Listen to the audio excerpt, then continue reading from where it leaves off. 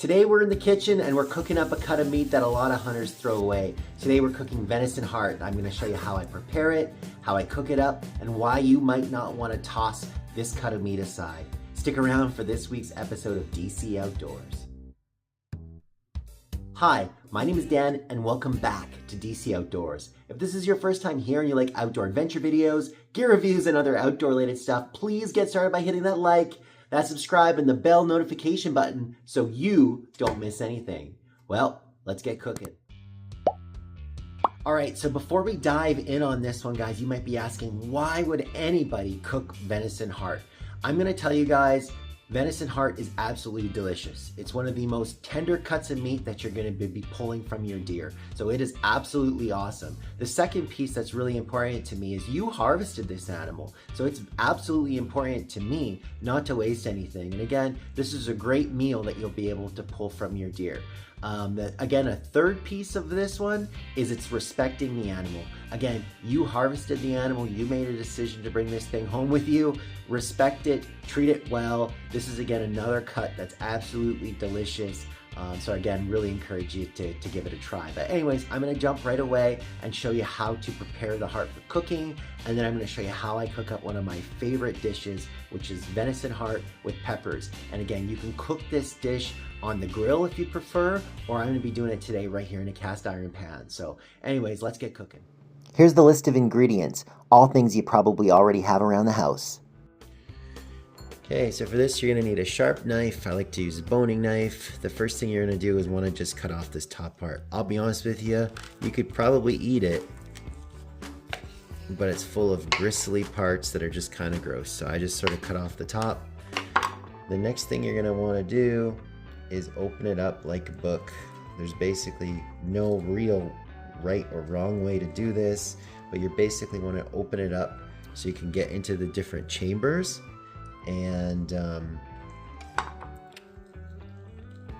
get into the different chambers, which will allow you to kind of fillet the meat open a little bit more. So I'll kind of just follow the natural curvatures of it.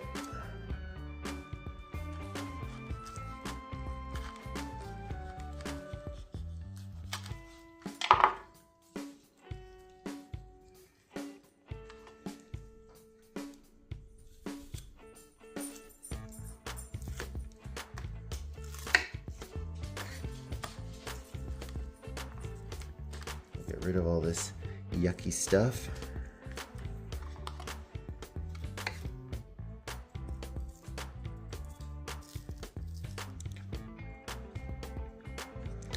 I also like to trim off the fatty outside parts. You don't want to be eating that.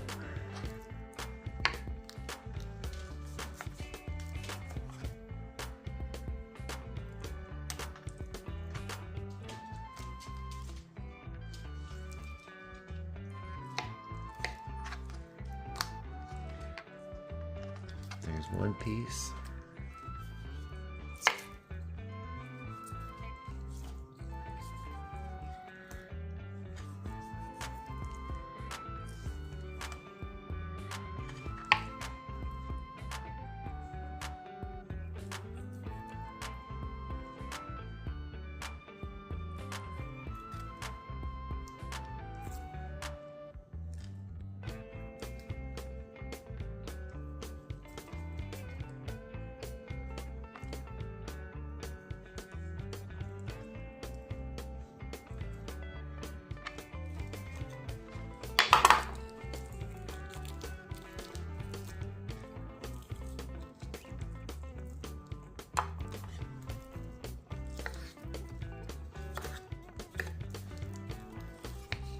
Trim away any bloody parts that we don't want to eat. Got a nice big chunk of meat here.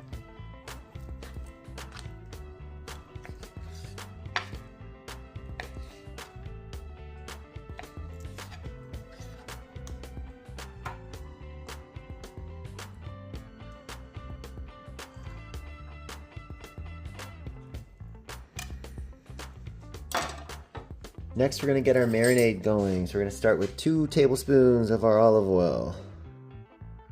Put it in a bowl, put it in a bag, whatever you want. I don't usually marinate wild game. This helps add a little bit of extra flavor. You got 1 tablespoon of red wine vinegar.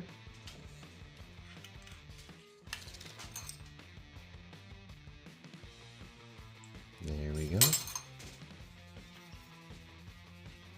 1 tablespoon of Worcestershire. That in there.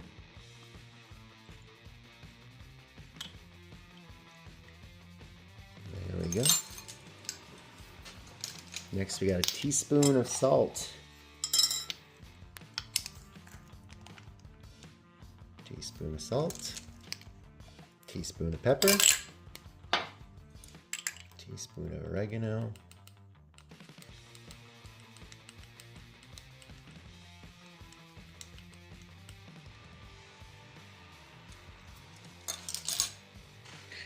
And then last, we're going to do a teaspoon of just the dried thyme. That's a quarter, another quarter, another quarter, and our last quarter. There we go. Give that a little stir.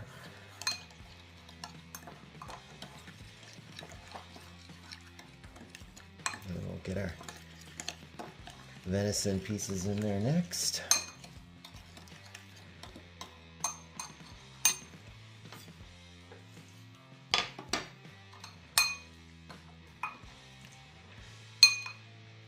Here's just a little tip. It's just a little easier to get everything mixed in inside the Glad bag. And then you can kind of work it in there a little bit more. So then what we're going to do is we're going to chuck this back in the fridge and we're going to let this sit. And you can let it sit as long as you have time.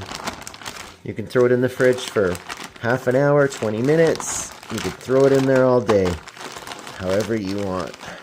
We're going to be a few hours in the fridge, and then we'll get everything else ready to start cooking. Okay, well, we've had our venison marinating in our marinade for about 4 hours. So now what I'm going to do is I'm going to take it out of this bag. I'm going to pat it dry while we have that cast iron on the stove just heating up on medium heat with some oil in it. So let's pat these dry and then we'll get these in the pan. Let's go. All right, you can also see we have our chopped up peppers and our chopped up onions.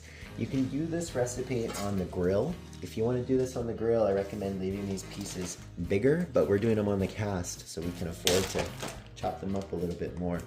And the reason why I like to pat them down is I find, of course, if you throw real wet pieces of any kind of meat in a cast iron pan, they sort of steam too much and almost boil, and I want them to kind of get a little bit crispy, right? So that's why I want to get these things to dry out a little bit. So we'll fish them out of the marinade, which smells really good, by the way, and then we'll pat these things dry.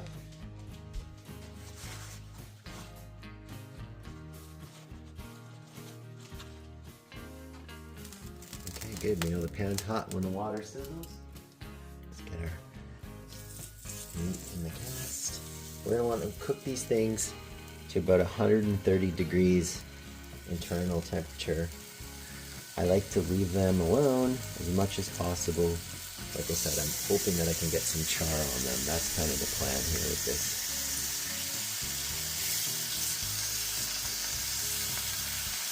So let them cook for a bit. And we'll flip them soon. I cook these until I reach an internal temperature of 130 degrees Fahrenheit. Be careful, you do not want to overcook this, or the quality goes downhill quick. There we go, we got them on our foil, we'll wrap that up. Just let it rest while we cook the vegetables. Pan's really hot, but we'll splash a bit more oil in it.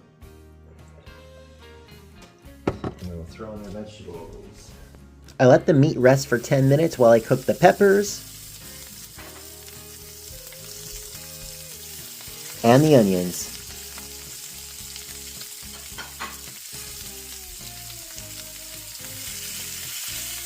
Let these kind of saute. I hit everything with a little bit of salt and a whole lot of black pepper.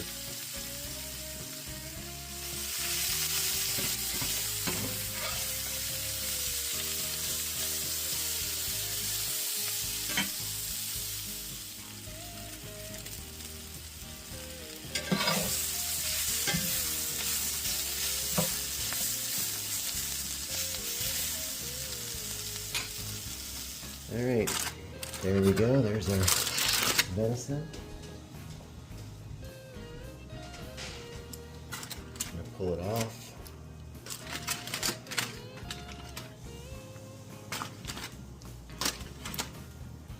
And then we'll slice it up.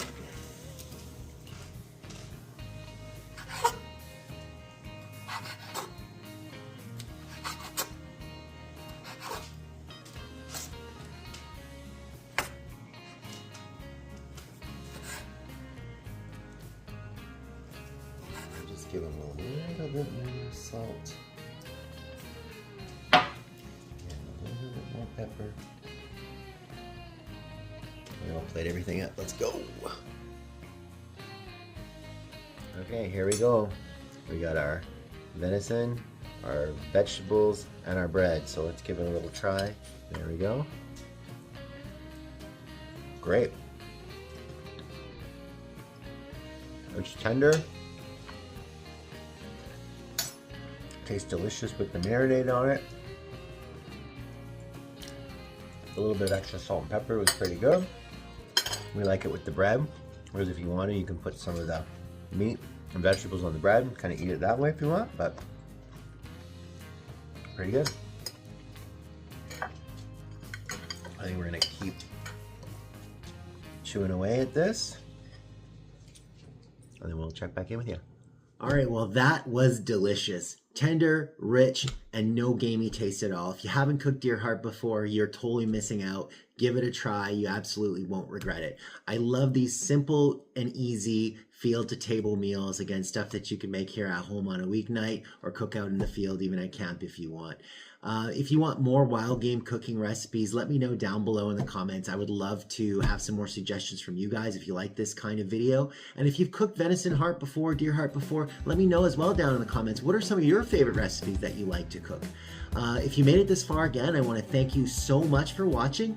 And one last time, if this was your first time here and you like outdoor adventure videos, gear reviews, and other outdoor related stuff, please hit that like, that subscribe, and that bell notification button so you don't miss anything. Until next time, we'll see you outdoors. We'll be back soon with our next camping, hunting, or fishing adventure. Until then, you might want to check out these videos. This is a playlist of all of our wild game cooking videos. And here's a special video suggested just for you. Check these ones out, and we'll see you next time.